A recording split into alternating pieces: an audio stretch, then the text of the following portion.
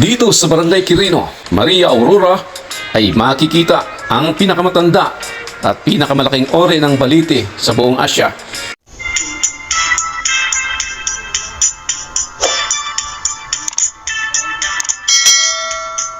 Tinatayang aabot sa mahigit 6 katao ang nakadipa upang masalikop ang laki ng punong ito. Naging paborito itong pasyalan ng mga mag-anak, mga kaibigan sa lugar na ito sapagkat kakaibang karanasan kapag ikaw ay nakarating dito. At pakinggan po natin ang pahayag ng aming tour guide. Sa social media, sa Facebook na pagpunta ng Bargatry kasi delikado. Wala pong hanggang maski minsan pa. Milyon na po ang taon nagpunta rito, wala pa pong nangyari ganun masama. Pero nung unang panahon, ma'am, kung hindi pa po siya pinupunta ng kaya, talagang may nakatira daw po. Pero ngayon, halimbawa po, pagpapasok po kayo, pag single po kayo, paglabas niyo sa kabila, Double. kayo. Double. Joke lang po. Hindi na sanay na siguro sa tao. Saka, yung lumayo na rin po sila. Meron po nakatira daw dati. Pero sa loob po, pagpapasok niya, meron po siyang swimming pool, may mall, may joke lang po. Pambalik ko rin ito, situated po or located po dito sa Barangay Quirino, Municipality of Maria Aurora, Province of Aurora. Nasa private dyan po siya, private property. Mga Ronquillo family po ang may-ari.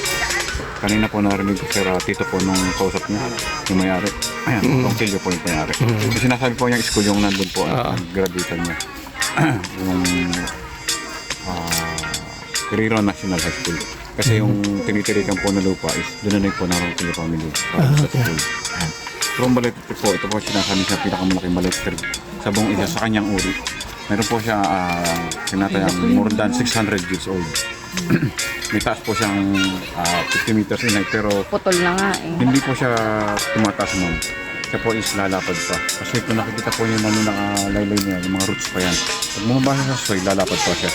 Pero actually hindi po siya tree, siya po ay vine. Siya po ay parasite.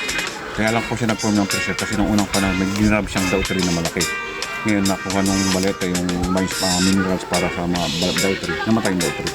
Kaya pwede po siya pasukin may entrance tsaka exit siya. May butas po siya simula po sa pataas. Gawa po nung namatay na daw tree. Yung pang So wala na siyang kinakapitang ano dyan? wala na Kahoy. Siya na po yan mismo. Oh, sarili na niya mismo. Sarili na po niya. Bali, Tagumpay siya. yung crown po niya, from lips to lips po niya is may 15 meters din po yung kanyang diameter.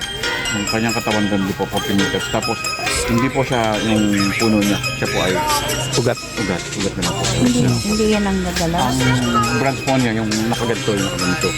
Tapos yung tangkay po, yung sa dulo na mismo. Hindi po siya tataas sir, siya po is lalapad pa. Kasi habang tumataas po siya, gumagano po yung branch niya.